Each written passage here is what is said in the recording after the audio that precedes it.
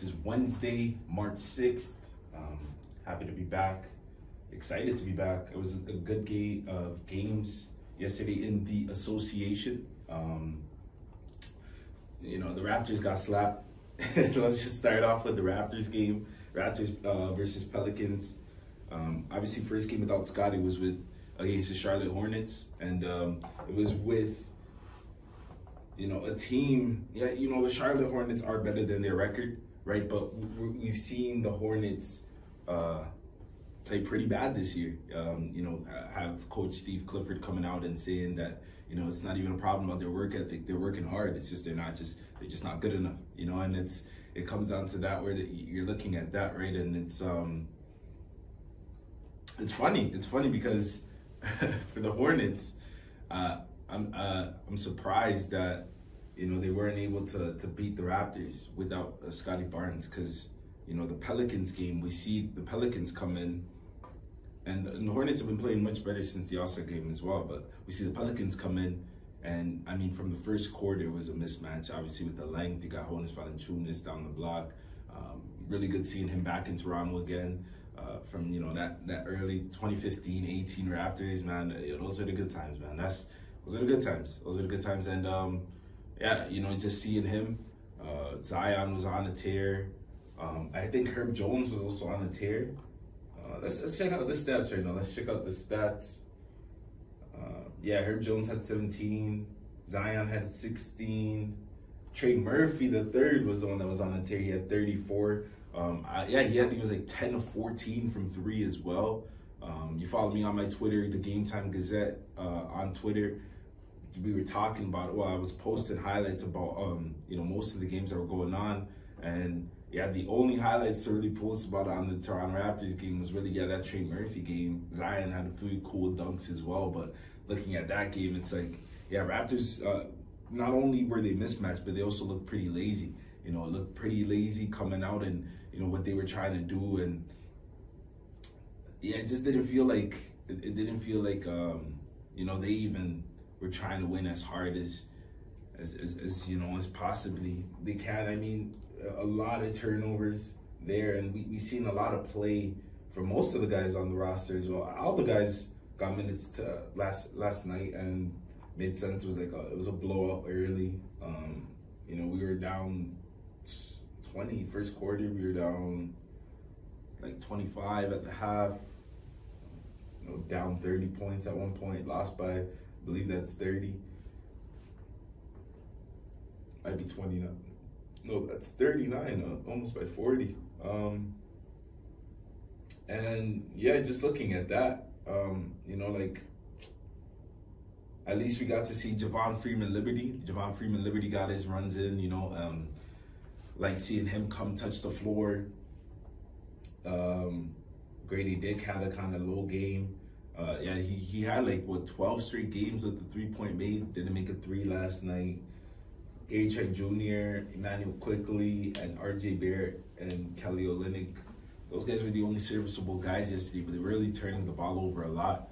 And to be honest, you like to see that. You like to see that they're getting a few losses. You like to see that, to be honest, I mean, for Quickley most especially, because watching his game, you might be a casual fan thinking, oh, why is he getting so many turnovers? Yeah, I'm thinking that too, but looking at him as a young player from where he was coming from in New York, where he was coming as the sixth man, and now he's becoming the starting point guard, right? You want him to be that starting franchise point guard. You want him to be able to go through, make these mistakes while we're tanking, and be able to, next year come in with that sense of growth and have better basketball IQ, make better basketball decisions when it comes time to make those decisions, and be able to, impact the game, in the future when we need him to impact the game. This year is a wash. I don't think we're going to make the playoffs. We sit in 12th. We're multiple games back from 500. It's, obviously without Scotty Barnes as well, it's really a shot in the dark to be thinking, okay, let's make the playoffs right now. And we also want to be able, we're in rebuild. We just traded away Pascal. We traded away OG, traded away most of our team, traded away, even a guy like Precious Achua, where we got him for Kyle Lowry, and he was supposed to be a good rotational piece for the future. And looking at it now, he's a good rotational piece for the Knicks for the future, playing phenomenally over there, right? So we're rebuilding. We want to be able to keep this sixth pick that we have, let's get as much losses as we have and give ourselves the best chance possible, because at the end of the day, even with, okay, you don't, the ping pong balls don't roll in your favor. We might still not get the 6th pick, but you want to give yourself the best opportunity to get that 6th pick if you're the Toronto Raptors. And, you know, letting these guys cook, you know, the young players, letting them just go out there and play kind of, not playground basketball, but, you know, just free form a little bit, where you're able to improvise and able to learn from your mistakes is, you know, essentially how you make a player grow in this league. And, you know, it's the easiest way, you know. Obviously, you're going to lose a lot of games, and you hope that at the end of this, like, oh, the end of this year tanking, boom, we get a draft pick, but we're right back winning games at the start of next year. But, yeah, you hope that you don't get in a cycle like, okay, obviously, like the Pistons, the Hornets, as I was just talking about, the Spurs were in that cycle kind of a few years ago. Still there with Wembanyama. I think they're letting him loose a little bit more now. But they're winning a few more games. And even with Vassell and Keldon Johnson, like, you're seeing, even Jeremy Sohan, you're seeing them grow. You're seeing them grow from the mistakes they're making, being able to, you know, compute it, and then be able to make the necessary adjustments, right? And yeah, that's what you want to see from a tanking team. I really want the Raptors to get that 6th pick. You know, everybody's, I'll say it again, I'm going to say it every single time until the draft happens. Everybody's been saying this is a weak draft, but I really truly believe that this draft is one of the better drafts. You know, I don't believe in hype drafts, because we've seen hype drafts and so many have failed, especially in the 2010s. So many hype drafts have failed. We've seen so many hype drafts. So, like, you know, can't get caught up in the hype. Oh, this guy was #1 recruit in high school and he had the best, you know, Ball His Life mixtape and this and that, and then they come out in the NBA and they're busts. And there's multiple reasons for an NBA bust, you know, for the casuals out there listening. NBA bust, it truly comes down to money. Money makes them lazy. Turning into them lazy, they feel like they've made it as well, right? Where they, okay, like, I'm at the mountaintop. Obviously, the NBA is the mountaintop. They feel like they've made it. Boom, I'm here. All the work is done. And not that they stop working out, not that they stop, you know, going to training, doing this and that. They're not doing the extra stuff that they did before to get them to the point they were. Because regardless if they were #1 recruit in the country, #1 recruit in college, this and that, #1 pick to come into the NBA draft, all those guys have to put that extra work to be in there. You know, and we've seen a lot of players, not only in the NBA, NFL, MLB, European soccer. You get that money, you get to the mountaintop where you've been working so hard for. You get to the mountaintop, it's hard to stay focused. It's hard to, especially as a young kid as well, you know, because these are young men, you know, coming into the league, and it's hard to stay focused. It's hard to, you know, stay on track and, you know, continue building and growing and becoming better. And then once they realize that it's a little bit too late, they're already 26, 27, coaching giving them as much minutes, media doesn't like them anymore. The media's saying that guy's a bust. Fans are booing him, you know, and then that gets to his mental. And then once it gets to his mental, it's over. It's over. Not the same situation, but we've seen it from Ben Simmons, right? Ben Simmons, sports is so much of a confidence thing. You know, when you hear that modern day gladiator thing, it's so much of a confidence thing, because you got to be, you know, the strongest one out there. You got to believe that you're the best. You got to believe that there's nobody that can beat you, because once you have that creeping thought in your mind that maybe I'm not good enough, then you won't be good enough. You'll never be good enough. You know, you'll never be able to get to the top. We see it so much in so many NBA players, you know, and it's hard to have that winning mentality, that Mamba mentality. That's what makes greats greats. Being able to block out noise and do what they can to, you know, overcome and do those little things, those extra things, and put them above their peers. Really don't know how I got into that talk about bus, you know. I just elaborate on it, right? Like, when you're just thinking about the bus and you're thinking about, like, because I don't know, that's been a question in my head for so long. I guess since we're in the NFL draft cycle as well, where the NFL draft is going to happen at the end of the month, just looking at it, it's like there is so many guys that get to the mountaintop. And, even hearing Johnny Manziel came out, he had the Netflix series, he had a Shannon Sharp interview, and he came out and he was talking about, like, how he didn't take, the sport serious. Guy didn't watch any film, this and that. One of the best college players to ever play college football, Johnny Manziel, and it really is just nothing else but themselves beating them. It's not even that they're just not good enough. They got there. They got to the top. It was themselves beating them. And I just think about that, and I think about so many what ifs. What if you still stay focused? And I guess that's what life is, and I guess that's what makes the greats even greater. Because, you got, like, okay, we're looking at LeBron James. He hit 40K or over 40K just a few games ago. And, just looking at the longevity. Guy's never been in the news for anything bad. He's a great father. Sons are about to, one son's in college, another's about to be in college, daughter's going to be in college, whatever, set up. He has a school set up in Akron, Ohio. It's hard to be focused when you get to the top. It's hard to, I guess it's a human thing too. That age-old question. Because, I don't know, it happens so much in our league. All right, what else happened in the league yesterday? That 76ers Nets game wasn't bad. Ooh, Celtics-Cavs. That Celtics-Cavs game was pretty good. The Celtics, man, I've been saying it a few times here on this pod that I feel like the Celtics are that one team that, hey, they're gonna disappoint a few fans in this playoffs, man. Don't bet on the Celtics in the playoffs. I'm telling you, it's gonna be one round when they just start messing it up. I don't trust them. I don't trust the Celtics. They've been sitting too pretty at the top for too long, and it's not. I don't feel like, you just feel that they don't have that dog in them. Maybe. Hey, I'd love to get proven wrong. I have no horses in the race. Of course, we've talked about the Raptors not even making the playoffs, so I'd love to get proven wrong. But do I see the Celtics winning? I unfortunately do not. I do not see the Celtics winning the NBA championship. So, let's see. The playoffs it's creeping up on this year. But yesterday, Cleveland Cavaliers, Boston Celtics, Cleveland won 105-104.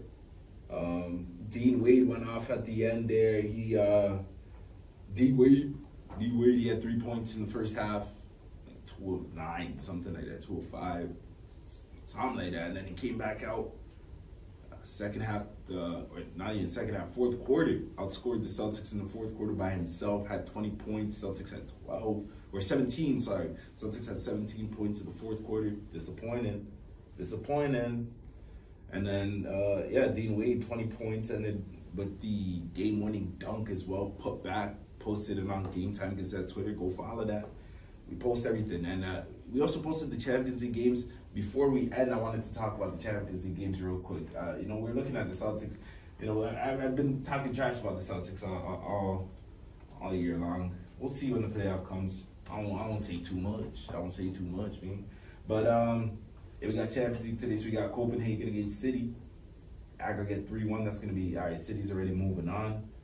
Don't see Copenhagen doing too much. City's in form as well. And we got Leipzig against Madrid. Bellingham just got suspended for 2 games in the La Liga for saying, that's a fucking goal. And, I mean, it was a goal. But, it's that fine line. It doesn't happen a lot in football where the ref has the whistle in his mouth already, He's about to blow that whistle. It's his discretion. Game's over. The whistle's blown. It's like hockey. Like in hockey, there's you got as much time until it hits 0. But if that puck passes the net after 0, you guys can tell me, I swear that's not a goal. It's not a goal, right? It has to pass the net. The puck has to pass the net before 0, right? So, But that's going to be a good matchup today. Lepics, they had a lot of chances. We talked about it here in the pod. They had a lot of chances. We're able to finish. We're going to be able to see, or we're going to see if they're going to be able to finish here today. Let's see who they're playing here today. They're playing in the Bernabeu. So Real Madrid has home court, home field. It's going to be interesting. I'm going to be watching that one. You guys are going to be watching that one. We're going to talk about that one tomorrow. It's going to be a good one. The PSG Sociedad game 2-1. Mbappe coming out, statements. I mean, we were talking yesterday, me and Kai talking about the best player in the world right now in football, and it's Mbappe, right? And I tweeted it out yesterday talking about, hey, like, who's going to get that Ballon d'Or? That's a question that not a lot of people are asking right now, but I'm asking it. Who's going to get that Ballon d'Or? You know what I'm saying? Like, it is still, I mean, it's not relatively, we're almost done with the leagues. We're almost done with the Champions League. Got a few months left, and the year did just start, but this all counts to the Ballon d'Or race. And I mean, Champions League has always been a big factor. There's no international cups this year, I do not believe. There is Euros. Sorry about that. There's Euros. But even with that, like, we'll see. Like, I'm really, like, my bid right now, if I had to give it to you today, my Ballon d'Or winner would be Erling Haaland. Erling Haaland, because, I mean, if Man City are able to win the league again, and if Man City are able to make another deep, I don't expect them to win the Champions League, but if they're able to make another deep run in the Champions League, and Erling Haaland is very influential in that, because he's the top goal scorer in the Prem. He missed so many games, and he's still up there. Nobody took his spot and able to just continue being up there. That's how crazy tally of a goal scoring he had in the small amount of games that he already had, right? So if somebody's able to take his spot, or if City's able to win the league, if they're able to make deep into the Champions League, it's hard for me to say that anybody's gonna take, Erling Haaland, from winning the Ballon d'Or, especially because last year he had such a great bid to winning that Ballon d'Or. I feel like this year, if he does 75% of what he did the previous season, he got it. And that's we'll see, because Champions League, like I said yesterday, very fickle, very lucky league. You gotta have a lot of luck to be able to win this league. As much as everybody tells you you don't, you got to.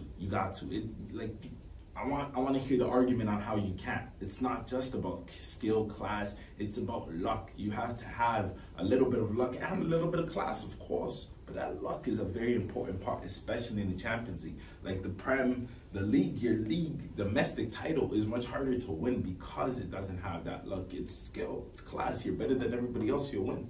You have as much games as well to prove it. You have, 36, 38 match days to prove that you're better than everybody else. You get as much points, get more points than everybody else, you win. Simple as that. Champions League, get 2 legs. Maybe you get an unlucky call here, an unlucky call there. Lepis comes in, boom, boom, 1-1 early on. Maybe they score another. You know what I'm saying? It's all about luck, in my opinion. A little bit of class, but luck. Bayern came 3-0. I watched the first half of that game. Yeah, it felt out of reach for Lazio. I mean, after it was a really good push for Bayern, and I feel like for Tuchel, his manager status, I feel like it was a good push for him as well. He hasn't had the best season. Obviously, they're like 8 points down in the Bundesliga to Bayer Leverkusen, and that's not normal. We know that's not normal. Watching football, that's not normal for Bayern to be down in the Bundesliga. The Bundesliga is theirs, right? So, that was a statement win for them, saying, okay, we're back, for Tuchel most especially as well, because obviously he's not going to be able to get this. First of all, they were talking about if he doesn't move on from the round of 16, like every single round, it's his job now. Like if he doesn't move on, he's going to get fired. Doesn't move on from the round of 8 now, he's going to get fired. And he's going to get fired regardless, because at the end of the season, they're letting him go. But it's just like, okay, it's when now? And they were talking, because Lazio came in 1-0, right? So, big statement for him, being able to continue his job and I guess be able to just continue showing other clubs out there that want a new manager. Obviously, that guy's not gonna. He offered himself to Barca, but it's like me offering myself to Beyonce. Like it's not gonna happen, bro. Like, like you know what I mean? Like it's not happening, bro. Like, Tuchel, keep yourself over there. Maybe think about going back to the Prem, something like that. You're not gonna come touch Barca. We got young artists. No.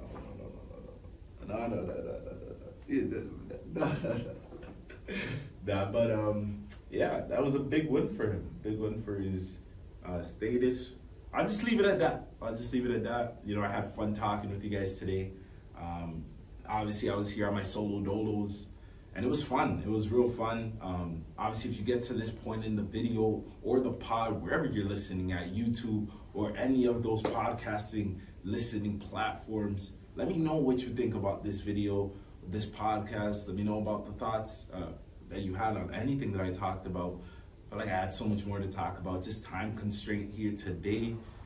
Came a little late to start this podcast, which was a little bit of my fault. Missed the transit, but it's okay. It's okay.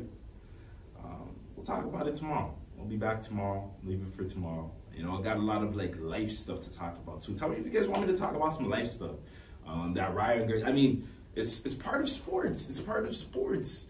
Like the whole Ryan Garcia. Let's just quickly touch on that. Ryan Garcia and the Bohemian Grove. What is this? I don't know. Is he being real? I don't know. We'll find out tomorrow. I'll talk about it tomorrow, for real. I'll talk about it tomorrow. This is sports. This is sports journalism right here. You know, Ryan Garcia, a boxer. Sports journalism. And, yeah, we'll talk about it tomorrow. Yeah, my girlfriend was talking to me about it yesterday. She's like, hey, did you see the Ryan Garcia thing? I was like, oh, I didn't see it. I did not see it. I did not see it. She was on that, put me on. So thank her. That we'll talk about it tomorrow. So thank her for this beautiful topic that is very interesting. I looked into it a little bit, very interesting. We are just time constrained today. But again, it has been your host, Isaiah Aneni. This has been the GameTime Gazette. I thank you. And obviously just leave a like, leave a comment. Tell me what you think about today's video. Tell me what you think I can do better. Tell me what you think about the topics, anything. Leave a comment and let me know. It's been awesome talking with you guys. Peace. Oh, Jesus loves you. Jesus loves you. Don't forget that. Don't forget that. Have a great day. If this is the last I see you for this week, have a great week. Peace.